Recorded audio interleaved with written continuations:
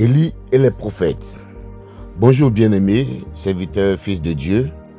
Je fais cette prédication avec les vidéos, les images pour mieux illustrer la prédication afin qu'elle puisse être bien comprise, sans toutefois de déformation. Je fais cette prédication avec ces images pour vous aider à vivre pleinement cette histoire de Élie et les prophètes.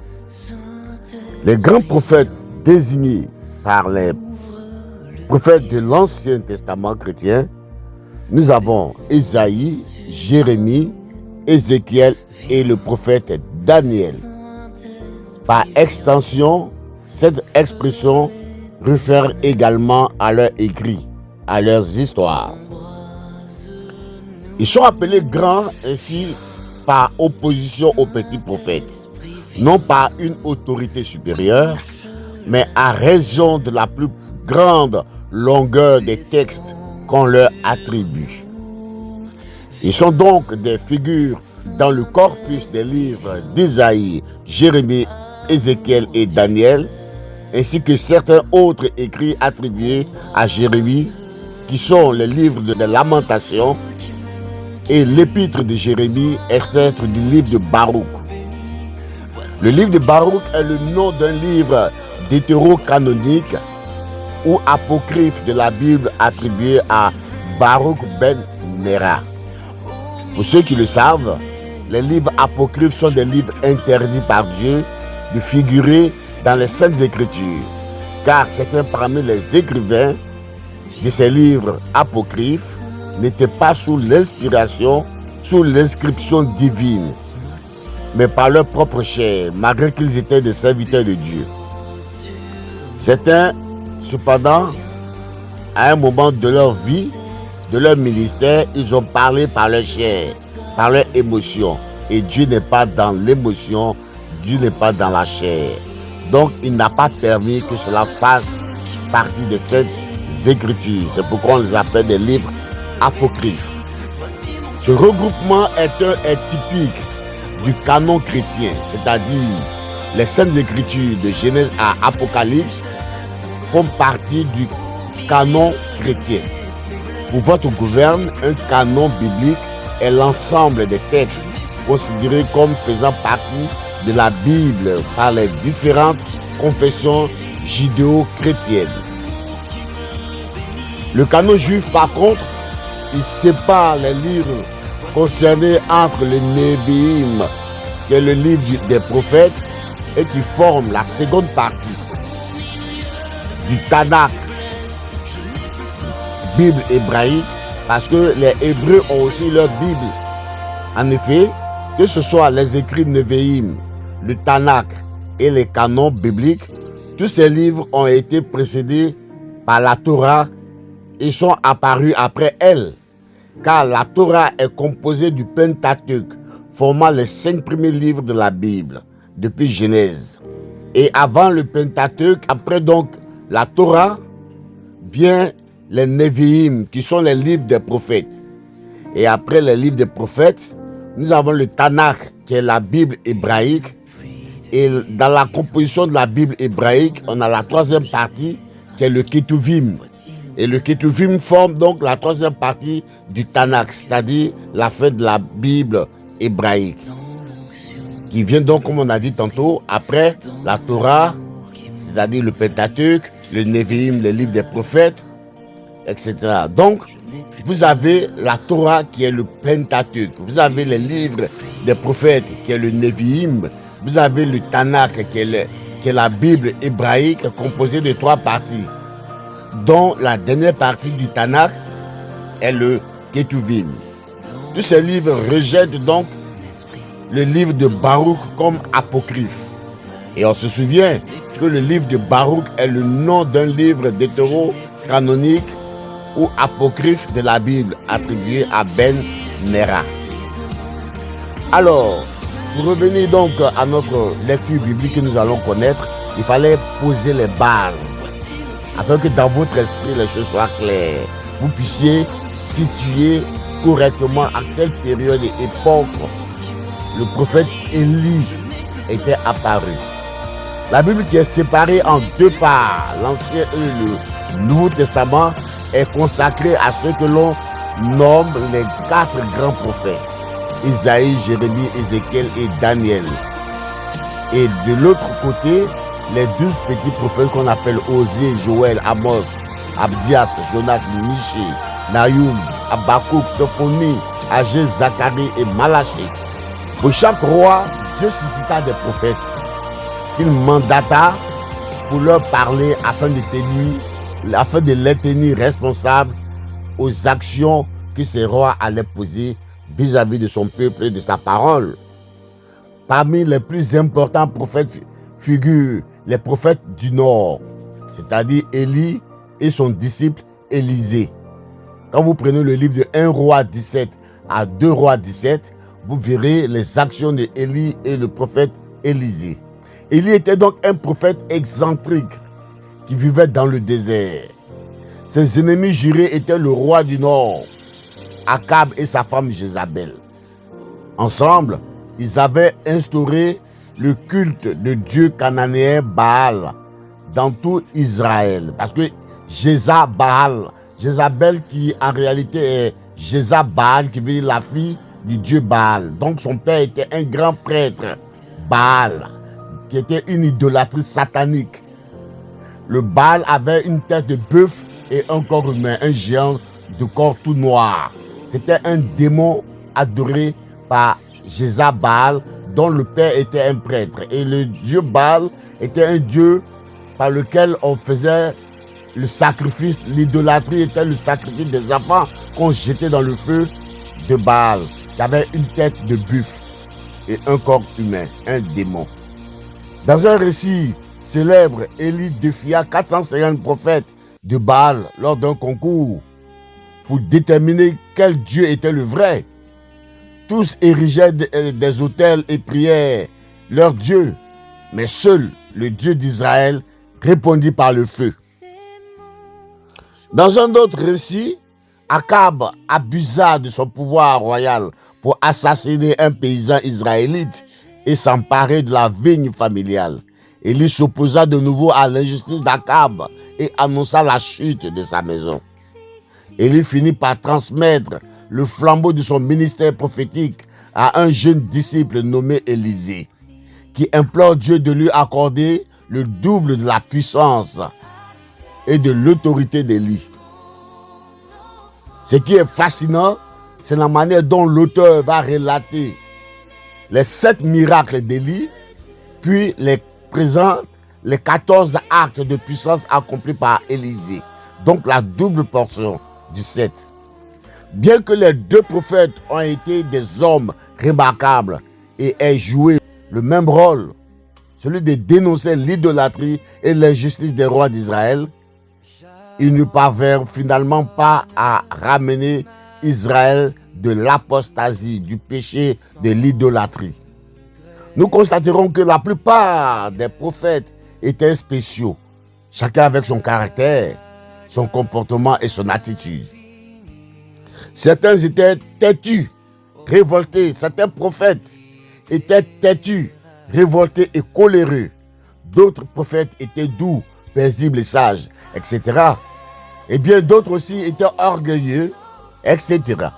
Mais Dieu passe toujours par le brisement pour les ramener à l'ordre. Quand on prend le cas du prophète Moïse, qui voulait servir Dieu avant le temps de son appel, avant sa mission, avant sa feuille de route, la feuille de route de son ministère, il s'est retrouvé à tuer un garde égyptien en voulant protéger un Israélite de l'injustice et de la violence, parce qu'il savait qu'il avait un appel. Mais tu peux recevoir un appel du service Dieu, un appel d'un ministère, mais si tu y vas avant le temps accompli par Dieu pour toi, tu risques de travailler contre Dieu.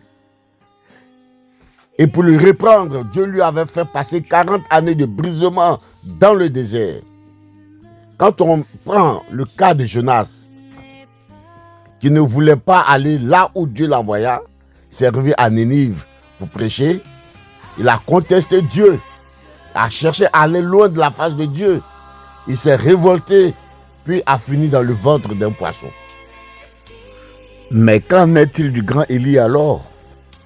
Quel était donc son défaut? Voyez-vous, Élie est un homme orgueilleux qui aime la gloire. Il aime être reconnu comme un grand serviteur de Dieu. D'ailleurs, comme les hommes d'aujourd'hui sont soi-disant serviteurs de Dieu qui aiment la visibilité. Sur les réseaux sociaux, avoir de grandes assemblées, être reconnus comme des grands serviteurs de Dieu à la recherche de la gloire de Dieu. Mais eux, contrairement à Élie, notre prophète, lui, il haïssait le péché. Alors que les hommes de Dieu aujourd'hui vivent dans le péché. D'ailleurs, les hommes ne chantent-ils pas son nom? Une chanson que Dieu a en abomination, car Dieu n'aime pas qu'on donne sa gloire à un homme. Les hommes de tout âge ont toujours chanté la gloire de l'homme devant Dieu, croyant faire la volonté de Dieu. Alors que ce sont des chants sataniques. Et ce genre de chansons sont des chansons mondaines qui ont l'apparence religieuse, donc satanique. Les chansons qui font de l'attalac aux hommes ne viennent pas de Dieu. Seul Dieu mérite l'élévation. Alléluia. Élie a prié, le feu est descendu. Cette chanson rend gloire à Élie sur l'action que Dieu a faite. Parce que ce n'est pas Élie qui a descendu le feu du ciel, mais c'est Dieu. Donc, donner la gloire à Élie ici revient à défier Dieu. Mais les chrétiens ne le sachant pas, ils chantent par émotion, par la douceur de la chanson, par la volonté de danser. C'est pourquoi nous allons aller dans les une profondeurs des nombreux mystères de la parole de Dieu, car les profondeurs appellent les profondeurs. Quand on prend les saintes écritures, lorsqu'un prophète va parler à un roi, soit c'est Dieu qui te mandate de le faire, car quand tu y vas, tu y vas parler au nom de Dieu, soit c'est le roi lui-même qui envoie les gens te chercher pour savoir ce que Dieu pense de lui. Mais si tu vas par ta propre volonté, c'est à tes risques et périls. Et c'est défier Dieu d'aller parler à son nom sans que Dieu ne t'ait envoyé. Et aujourd'hui, nous trouvons de nombreux faux prophètes qui vont parler au peuple de Dieu sans que Dieu ne leur ait envoyé, sans que Dieu ne leur ait donné un message. On va lire l'exemple ici dans le chapitre 34, de 1 à 5. Je commence à lire le chapitre 34 en compressant. Va dire à Sédécias, roi de Juda, voici ce que dit l'Éternel. Je vais livrer cette ville au roi de Babylone qui y mettra le feu. Quant à toi, tu ne lui échapperas pas. Non, tu seras bel et bien capturé. Oui, tu iras à Babylone. Pourtant, écoute ce que dit l'Éternel. Ô Sédécias, roi de Juda, tu ne mourras pas par l'épée, mais tu mourras paisiblement. Donc ici, c'est l'Éternel qui dit au prophète, Jérémie, va dire au roi de Juda. C'est l'Éternel qui envoie avant d'aller devant un roi. Et dans le deuxième exemple ici, c'est dans le livre de Jérémie 38, au verset 14, le roi Sédécias envoya chercher Jérémie, le prophète, et il lui fit venir. Donc, au 34, au livre de Jérémie, on voit que c'est Dieu qui envoie le prophète Jérémie. Mais ici, dans le second exemple, c'est le roi qui envoie chercher Jérémie pour savoir ce que Dieu dit de lui. Donc, ici, dans les deux cas, il faut que Dieu soit celui qui initie donc la prophétie. Que ce soit Dieu qui envoie son prophète. Le prophète n'a pas le droit de s'élever de lui-même pour aller parler au nom de Dieu. Alléluia. Dans 2 Samuel 7, 4 à 5, la Bible dit, la nuit suivante, la parole de l'Éternel fut adressée au prophète Nathan. Va dire à mon serviteur David, ainsi parle l'Éternel. Est-ce toi qui me bâtiras une maison pour que j'en fasse ma demeure? Dans plusieurs exemples bibliques que Dieu envoie toujours, on voit que Dieu envoie toujours son prophète en son nom, avant que celui-ci aille de lui-même. Alléluia. Ce qu'il faut retenir, c'est qu'il y a différents types de prophètes et différents types de prophéties. Chaque prophète est singulier et particulier selon le ministère prophétique que Dieu lui accorde.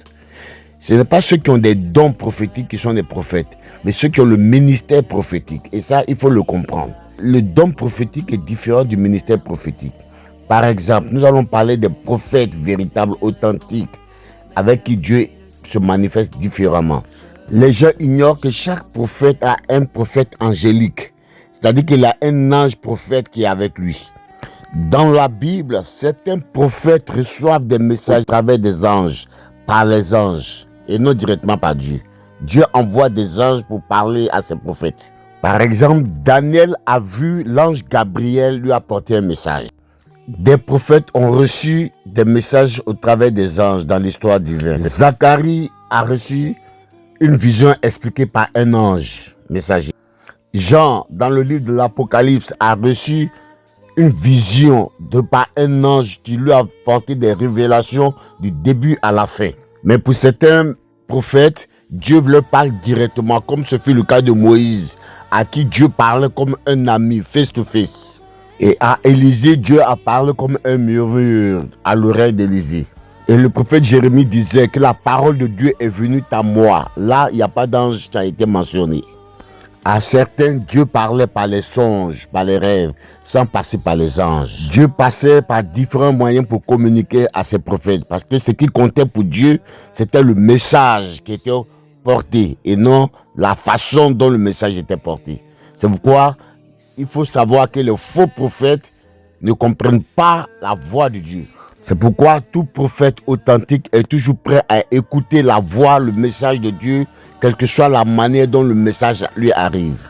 Dans le livre du prophète Daniel, versets 9 à 6, le peuple même reconnaît qu'ils n'ont pas toujours écouté les serviteurs de Dieu, les prophètes qui ont parlé en ton nom à nos rois, à nos chefs, à nos pères et à tout le peuple du pays. Donc, pour parler au nom de Dieu, il faut que ce soit Dieu qui t'envoie.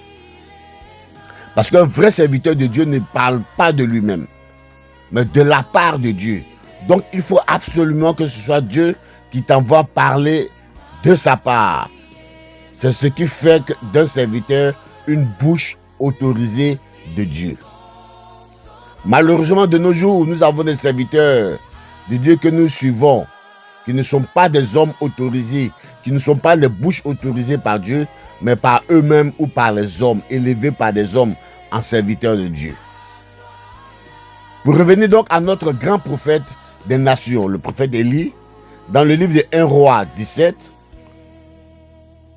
on voit un Élie qui a horreur du péché, mais de son propre chef, qui décide d'aller parler au roi Akab,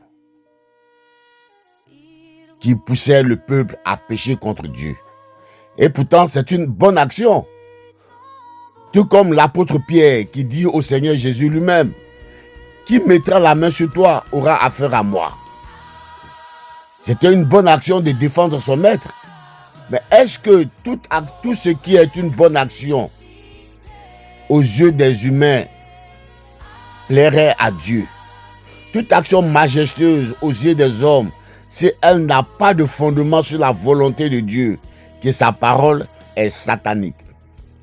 C'est pourquoi Jésus dit à Pierre, « Arrière de moi, Satan, car malgré sa bonne volonté, sa sortie n'était pas la parole de Dieu. » La sortie de Pierre allait contre la parole et le plan de Dieu. Dans 2 Philippiens qui dit qu'il s'est offert lui-même, que Jésus-Christ s'est offert lui-même comme un agneau mieux qu'on conduisait à l'abattoir. Donc dans la parole de Dieu, on devait mettre la main sur Jésus. Dans le plan de Dieu, il fallait mettre la main sur Jésus. Donc le fait que Pierre s'oppose à ce qu'on mette la main sur Jésus, ça ne venait pas de Pierre, mais ça venait de Satan qui s'était saisi de Pierre pour parler. Et il faut savoir faire le discernement. Quand Dieu parle à un serviteur ou quand Satan parle au travers du serviteur. Parce que ce que les hommes oublient, c'est que Satan peut parler au travers d'un serviteur de Dieu. C'est pourquoi il faut avoir le discernement. Il faut prier Dieu pour nous donner le discernement. Alléluia. Donc, s'opposer à ce qu'on mette la main sur Jésus-Christ, c'était s'opposer au plan initial de Dieu qu'il avait prévu lorsqu'il était dans l'éternité et qu'il est sorti de l'éternité pour rentrer dans l'espace-temps pour créer le commencement. Donc, depuis le commencement, Dieu avait prévu dans son plan l'arrivée d'un fils qui allait sauver le monde. Et ce fils, on devait mettre la main sur lui, le conduire à l'abattoir pour qu'il offre lui-même son propre sang à la place du sang des boucs et des veaux. Alors, Pierre allait contre la volonté de Dieu, malgré que son acte était bon devant les hommes. Élie, dans sa volonté de combattre le péché, ne savait pas que Dieu avait déjà commencé un plan contre Akab et Jézabel, sans que Dieu l'attende, lui, Élie, pour agir. Dieu avait déjà commencé à agir. Souvent, les hommes de Dieu veulent servir Dieu sans être dans le plan de Dieu. Souvent, les hommes de Dieu croient que Dieu dépend d'eux, que si ce n'est pas eux, Dieu ne peut pas travailler. Alors qu'à leur insu, Dieu commence même déjà à travailler sur le plan dans lequel eux ils veulent rentrer. Alléluia. Mais sans que Dieu l'envoie, Élie décide d'aller devant le roi, parler au nom de Dieu. Même si c'était une bonne chose, une bonne action, mais Dieu n'était pas dedans. Il va donc briser Élie. Mais comme Élie a parlé de l'instrument qui est la bouche que Dieu a autorisé, ça fait que ce que Élie a prophétisé va s'accomplir. Mais Dieu n'étant pas content, Dieu c'est dans sa volonté permissive qu'il va accomplir la prophétie que Élie va donner sans que lui Dieu ne l'envoie. Mais en retour, Élie allait subir les conséquences de son zèle. Alléluia. Élie allait subir les conséquences de son zèle.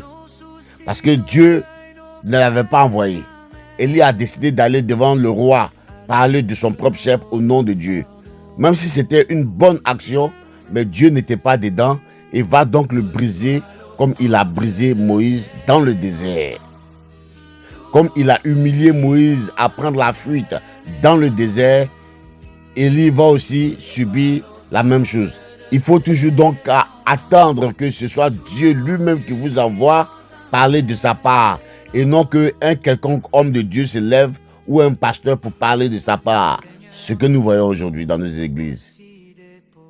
Car comme le zèle amer dévore la maison de Dieu, il peut aller contre son plan. Alléluia, pour votre vie et son plan et son propre plan. Le zèle amer est dangereux. Le zèle amer détruit le plan de Dieu dans la vie du serviteur de Dieu. Si le serviteur de Dieu n'a pas le discernement, s'il ne sait pas se calmer. La Bible nous dit dans 1 Roi 17 du livre de Louis II, j'aime bien prendre Louis II parce que Louis II, il met les choses souvent à leur place, comme il faut. Élie le Tisbite. Ici, tellement Élie était insignifiant aux yeux des hommes, il fallait que Dieu le présente au peuple. Élie le Tisbite, l'un des habitants de Galade, dit à Akab, sans que l'Éternel l'ait envoyé. Vous voyez, il s'en va et puis il dit à Akab. La Bible ne dit pas l'Éternel envoya Élie. Mais la Bible dit Élie s'est levé lui-même et dit à Akab, l'Éternel est vivant, le Dieu d'Israël dont je suis le serviteur. Il se présente toujours, il se met toujours en exergue, il cherche toujours la gloire. Le Dieu d'Israël dont je suis le serviteur, le je suis d'Élie, l'orgueil. L'Éternel, de Dieu d'Israël dont je suis le serviteur. Il n'y aura à ces années ni rosée ni pluie, sinon ma parole. Sinon lui, sa parole. Lui, Élie, sa parole. Voyez-vous, Élie aime se mettre dans le décor de l'action de Dieu chaque fois. Élie se met dans le décor. Il faut qu'on sache que c'est lui, Élie. C'est sa parole. Est-ce que vous voyez? Et la parole de l'Éternel fut dressée à Élie à ces mots. Dieu n'étant pas content, automatiquement Dieu agit. Et quand la Bible ajoute le et, ça veut dire ainsi, alors en conséquence de l'action d'Élie. La parole de l'Éternel fut adressée à Élie à ces mots. Pars d'ici, dirige-toi vers l'Orient et cache-toi près du torrent de Kérit, qui est en face du Jourdain. Tu boiras de l'eau du torrent et j'ai ordonné au corbeau de te nourrir là. Ça, c'était un châtiment de l'Éternel pour punir Élie. Il partit, fit selon la parole de l'Éternel, et Élie alla s'établir du côté du Kérit, qui est en face du Jourdain. Les corbeaux lui apportaient du pain et de la viande le matin, et du pain et de la viande le soir. Et il buvait l'eau du torrent. Mais au bout d'un certain temps, le torrent fut à sec, car il n'était point tombé de pluie dans le pays. Alors la parole de l'Éternel lui fut adressée à ces mots. Lève-toi, va à Sérepta, qui appartient à Sidon, et demeure là. Voici, j'ai ordonné à une femme veuve de te nourrir. Dans ce passage, La première punition, c'est l'humiliation de la fuite d'un grand prophète de Dieu devant Akab, un idolâtre. Ce qui était une très grande humiliation en son temps en Israël. De fuir aussi devant Jézabel, cette sorcière par qui le diable a beaucoup passé pour pervertir l'humanité par les maquillages, par la désobéissance vis-à-vis de son homme, par l'amour des bijoux, la perversion sexuelle, la volonté de régner sur l'homme, sur son chef, et les fausses prophéties viennent de Jézabel. Les maquillages viennent de Jézabel. La volonté de servir Dieu sur un ministère vient de Jézabel, qui était elle-même une servante de Dieu, Baal. Et il est toujours en Israël.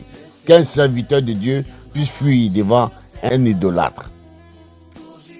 Car aujourd'hui, des serviteurs de Dieu fuient, mentent devant un idolâtre, devant ce qu'on appelle le président de la République, pour se faire adouber par le président de la République et avoir un pouvoir national. Ils font des fausses prophéties, des prophéties mensongères, et ils se font adouber par on leur donne des grandes églises. Ainsi de suite, ils peuvent organiser des grands, on autorise leur grande croisade d'évangélisation pour attirer du monde, pour se faire voir, pour avoir de la visibilité, pour chercher la gloire. Alléluia. Alors qu'en Israël, c'est une honte de s'humilier, d'humilier le nom de l'Éternel devant un homme, devant un président, un politicien, un roi. Alors, car celui pour qui tu prétends sortir pour parler en son nom, devant ce même peuple, te demande de fuir parce qu'il ne t'a pas envoyé, c'est une humiliation. Et ce fut la grosse humiliation pour Élie. Mais si tu es son serviteur reconnu comme un grand, ça te fout une grande honte d'être le déni de ton maître. Alléluia. Deuxième humiliation pour amener son serviteur au brisement. Dieu va choisir un oiseau impur pour le nourrir. Ce qui a fait de lui un homme qui n'a pas droit à se présenter dans une assemblée, vu qu'il est devenu impur. Alléluia. En effet, parmi la liste des animaux impurs que Dieu avait cités dans Lévitique 11, surtout à partir du verset 13, Dieu dit, voici parmi les oiseaux ceux que vous aurez en abomination et dont on ne mangera pas l'aigle, leur frère, l'aigle de mer, le milan, le vautour et ce qui est de son espèce, le corbeau et toutes ses espèces. Au verset 15. L'autruche, le hibou, la muette, l'épervier et ce qui est de son espèce. Le chat-huant, le pigeon, et la chouette et son espèce. Le cygne, le pélican et le cormoran. La cigogne, le héron et ce qui est de son espèce. La huppe et la chauve-souris, etc. Élie, devenu impur, il savait que c'était une punition obligée qui le mettait à l'écart jusqu'à ce que Dieu en décide autrement. Car en Israël, quand tu es impur, tu es comme un lépreux. Tu n'avais plus le droit d'être vu en public. Tu étais un paria, loin du peuple comme un lépreux impur, rejeté loin de la ville, condamné à vivre dans une grotte. Il était devenu impur car il mangeait de la bouche d'un oiseau impur. Malheureusement, Jésus qui est le pain de vie, il y a cependant des chrétiens qui mangent de la bouche des pasteurs impurs, qui sont comme des corbeaux, prêchant un autre pain, prêchant un autre évangile que l'évangile de Jésus-Christ de Nazareth. Prêchant donc un autre pain que le pain de vie, le vrai pain, qui est Jésus-Christ, qui n'est plus prêché que par les bouches, qui n'est prêché que par les bouches autorisées. Ce n'est pas toutes les bouches qui ont le droit de prêcher Jésus-Christ de Nazareth, le Seigneur des Seigneurs, le Dieu Tout-Puissant. Ce ne sont que les bouches autorisées dans lesquelles Dieu se reconnaît, les bouches autorisées dans lesquelles Dieu se reconnaît que Dieu agrée. Parce que si vous lisez un peu plus loin, dans l'histoire de la veuve de Sarepta, la Bible dit qu'elle va reconnaître que la parole de Dieu est la vérité dans la bouche de Élie. Alléluia. La parole de Dieu n'est pas vérité dans toutes les bouches. Elle demeure la vérité dans la bouche des bouches, dans les bouches autorisées. Qu'est-ce qui empêchait donc Dieu de lui envoyer une colombe avec la nourriture ou un ange pour le nourrir? Mais il devrait connaître le brisement de l'orgueil qu'il a recherché. En effet, il n'y a que l'humiliation qui conduit à l'humilité. Quand donc le temps de la punition fut accompli au chapitre 18 de 1 roi, la Bible nous dit Bien des jours s'écoulaient au verset 18, et la parole de toujours de 1 roi 17, 1 roi chapitre 17 à partir du verset 18. Et la parole de l'Éternel fut ainsi donc adressée à Élie dans la 3e année. Donc, 3 ans après sa désobéissance, Dieu décide de le remettre sur la scène. Après son expérience avec la veuve de Sarepta, Dieu lui dit, va, présente-toi devant le roi Akab. Cette fois-ci, c'est Dieu lui-même qui l'envoie devant le roi Akab. Va et présente-toi devant le roi Akab. Et je ferai tomber de la pluie sur la surface du sol. Voyez-vous que lorsque Élie s'était présenté au roi Akab, Dieu ne l'avait pas envoyé. La Bible ne nous le dit pas.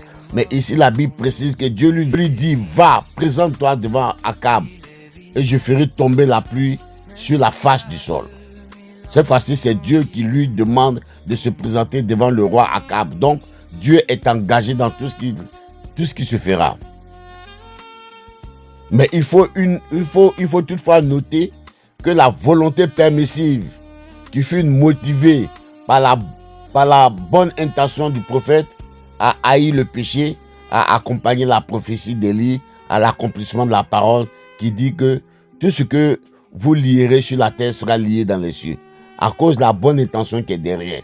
Il y a une action que les gens mènent souvent, surtout les serviteurs de Dieu aujourd'hui. L'intention n'est pas de servir Dieu. L'intention n'est pas l'intérêt de Dieu, mais l'intention est leur propre intérêt. C'est pourquoi ils sont dans la motivation derrière la volonté de servir Dieu, de devenir riche. Ils sont dans la motivation derrière la volonté de Dieu d'être des hommes de gloire, d'être des hommes connus, des hommes adorés même par le peuple, des hommes craints par le peuple. Est-ce que vous voyez? Ça, c'est une mauvaise motivation. C'est pourquoi Dieu ne va jamais agir avec eux. C'est pourquoi ils ne sont pas les bouches autorisées. Parce que devant une action, il y a une intention cachée. Il y a une motivation cachée. Et cette motivation, en général, elle est charnelle. C'est pourquoi les hommes de Dieu d'aujourd'hui ne sont pas dans la volonté de Dieu. Et Élie alla pour se présenter donc devant Akab.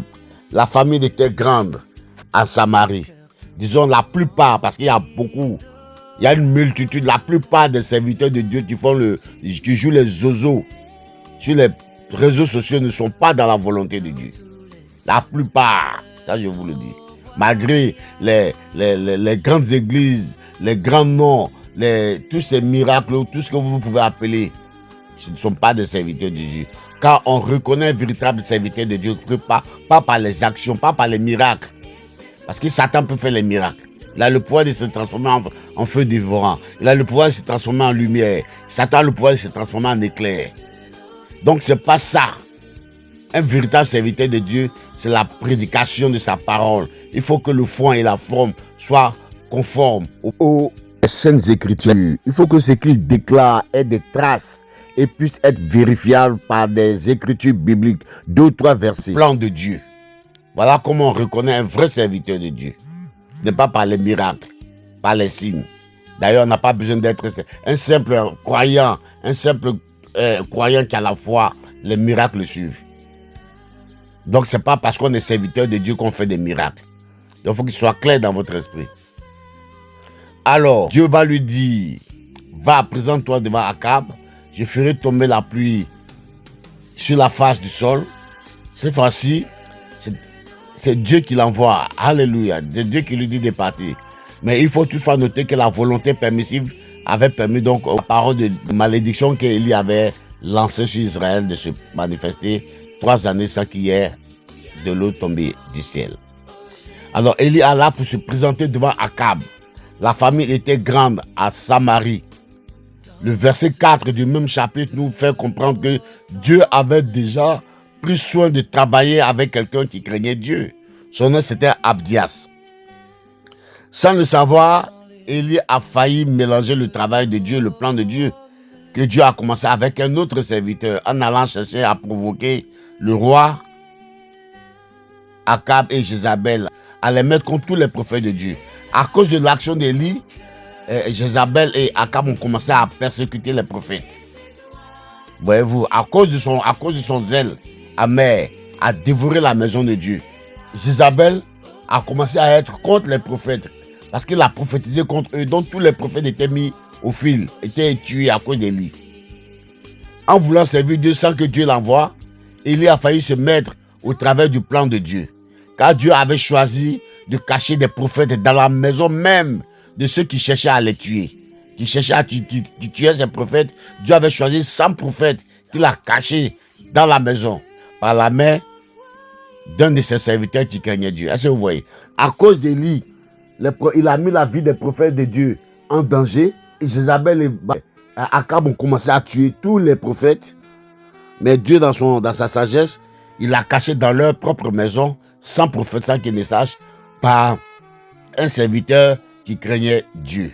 Il s'appelait Abdias, chef de la maison de Akab et Jézabel. Or, Abdias craignait beaucoup l'Éternel. Ainsi, Dieu décida de cacher 50 par 50 ses prophètes par la main de Abdias dans le palais royal de Jézabel, qui cherchait à les exécuter, ce que Élie ignorait. Et lorsque Jézabel extermina les prophètes de l'Éternel, Abdias prit 100 prophètes qu'il cacha 50 par 50 dans une caverne, et il les avait nourris de pain et d'eau. Voyez-vous comment le zèle amer peut dévorer, agir contre le plan de Dieu? Beaucoup, en voulant servir Dieu, servent contre Dieu. Je vais vous épargner les symboles qu'il y a dans la préparation de l'autel. Nous allons aller directement sur le mont Carmel, où Élie va donc inviter 450 prophètes de Baal et 400 prophètes d'Assassin ensemble à un défi. Voyez-vous, Élie, il aime se faire voir. Il a encore, c'est sur le mont Carmel. Il va lancer encore un défi pour qu'on le voie. Voyez-vous. Donc, il va aller directement. Je vais vous épargner tous les symboles. Parce que vous savez, Dieu parle parfois par des signes. Par des signes. Par des points de virgule. Par des synonymes. Par des paraboles. Est-ce que vous voyez? Dieu passe souvent par des images pour pouvoir présenter, pour pouvoir s'exprimer. Mais ici, sur le mont Carmel, ce fut le tour d'Élie de pouvoir prier pour que le feu descende, la Bible dit qu'il a rétabli l'autel. Mais dans la réfection de l'autel, il y a des signes et des symboles. Dans la préparation du bûcher, il y a des signes et des symboles. Mais on ne va pas perdre le temps dessus, sinon ça va faire trop long. Je vais faire un truc rapide pour que au moins ça puisse vous bénir. Donc, on va aller directement vers la prière du grand prophète Élie, afin que le feu puisse descendre. Alléluia. Ce que les frères et sœurs manquent de vue, c'est qu'il y a eu 2 prières avant que le feu ne descende du ciel. Lisons ensemble la première prière. La première prière que Élie a faite, qui a échoué, sans que les chrétiens n'aient le discernement et la vision, la compréhension. Il faut aller dans les profondeurs des profondeurs. Allons au verset 36. La Bible dit au moment de la présentation de l'offrande, Élie le prophète s'avança et dit, voici la première prière: Éternel Dieu d'Abraham, d'Isaac et d'Israël, que l'on sache aujourd'hui que tu es Dieu en Israël et que je suis ton serviteur. Il se met encore dans le décor. Et que je suis ton serviteur et que j'ai fait et que j'ai. Quel est cet orgueil qui remplissait donc ce prophète Élie? Qu'on sache que je suis ton serviteur et que j'ai fait toutes ces choses par ta parole. Il n'y a pas eu de feu. Voyez-vous, aucun feu n'est descendu. Parce que Élie s'est mis dans le décor pour s'attirer la gloire de Dieu. Vous voyez que le feu n'est pas descendu parce que Élie a une fois encore cherché sa gloire, même dans la prière. Dans sa prière, Élie dit qu'on sache que l'Éternel est Dieu, ce que tous les Juifs savaient déjà, donc il n'y a rien de nouveau. Mais surtout qu'on sache que lui, Élie, est son serviteur et que c'est lui, Élie, par sa parole, qui fait les choses. Comment Élie doit être reconnu en tant que serviteur de Dieu? Se mettre en exergue, se mettre en valeur. Donc cette prière met plus Élie en valeur que Dieu, parce qu'il a parlé 2 fois de lui, qu'on sache que je suis, qu'on sache que je fais. Cette prière, l'orgueil. Moi, c'est moi, je suis tant, c'est de l'orgueil. Un homme doit être humble, une femme doit être humble. Cette prière glorifie plus Élie que Dieu devant le peuple de Dieu. Donc, qu'est-ce qui s'est passé? Rien, aucun feu, aucune étincelle n'est descendue du ciel, car Dieu ne partage pas sa gloire avec un homme. Cependant, quand Élie a compris son erreur, son humiliation approchée, il a compris que ça, il faut qu'il change de façon de prier. S'il ne changeait pas d'attitude, s'il ne revenait pas sur ses pas pour changer sa prière, l'Éternel ne lui répondrait pas. Il a compris. Donc, Élie va reprendre maintenant une seconde prière à partir du verset 37. C'est ainsi qu'au verset 37, Élie va reformer sa prière pour implorer Dieu de lui répondre, ayant alors compris que sans Dieu, le feu ne descendrait pas et que le feu ne descendrait qu'à une condition, que Élie sorte du décor de la prière, qu'il ne soit pas mentionné dans la prière, ce qui fut fait. Quand on lit donc la seconde prière du verset 37, la Bible dit, Élie crie, réponds-moi, Éternel, réponds-moi, afin que ce peuple reconnaisse que c'est toi, l'Éternel, qui est Dieu, et que c'est toi qui ramènes leur cœur. Mais c'est pas moi, Élie, c'est ce que ça veut dire. Que moi, Élie, je ne suis rien. Que c'est toi qui es Dieu. La Bible dit, dans cette prière du verset 37, il ne s'agissait que de l'Éternel. Il n'y avait plus d'Élie dans le décor. Élie s'était enlevé dans le décor de la prière. Mais on voyait un Élie qui suppliait que l'Éternel lui réponde, afin que le peuple reconnaisse que c'est lui l'Éternel et personne d'autre qui est Dieu, mais c'est l'Éternel, et que c'est l'Éternel seul qui ramène les cœurs. Nul autre n'en est capable. La Bible nous dit qu'automatiquement, le feu est descendu au verset 38. En commençant par la suite avec le mot « et ». Et avec insistance, qui est répété 4 fois dans cette prière. Le « et » qui est mis à la place de « ainsi de suite » du verset 38, « ainsi de suite » qui veut aussi dire de cette façon-là, le « et » qui veut dire par la suite, le « et » qui veut dire de cette manière et de cette sorte. C'est-à-dire que dès que la prière du verset 37 est finie, la Bible dit que ainsi de suite. Et de cette façon, par la suite, de cette manière, le feu est descendu. Comment remplacer donc et ou ainsi dans cette phrase? On peut le remplacer par en conséquence de l'action de la prière refaite par Élie, le feu est descendu. Alors, comme Élie a repris sa prière, le feu est descendu. Le feu est descendu attendu que Élie a repris sa prière. Le feu est descendu au surplus que Élie a repris sa prière. C'est pourquoi le feu est descendu. Et voici pourquoi le feu est descendu. Ainsi lisons le verset 38. Et que vous savez qu'on a remplacé en conséquence. Voici pourquoi, c'est pourquoi. Et c'est pourquoi le feu de l'Éternel tomba. Et voici pourquoi le feu de l'Éternel tomba. Par conséquence de la prière, le feu de l'Éternel tomba. Vous voyez. Donc ici, et le feu de l'Éternel tomba et il consuma. C'est alors qu'il consuma. Voici pourquoi le feu consuma. Ainsi de suite, vous voyez, consuma l'holocauste, le bois, les pierres et la terre. Et il absorba l'eau qui était dans le fossé.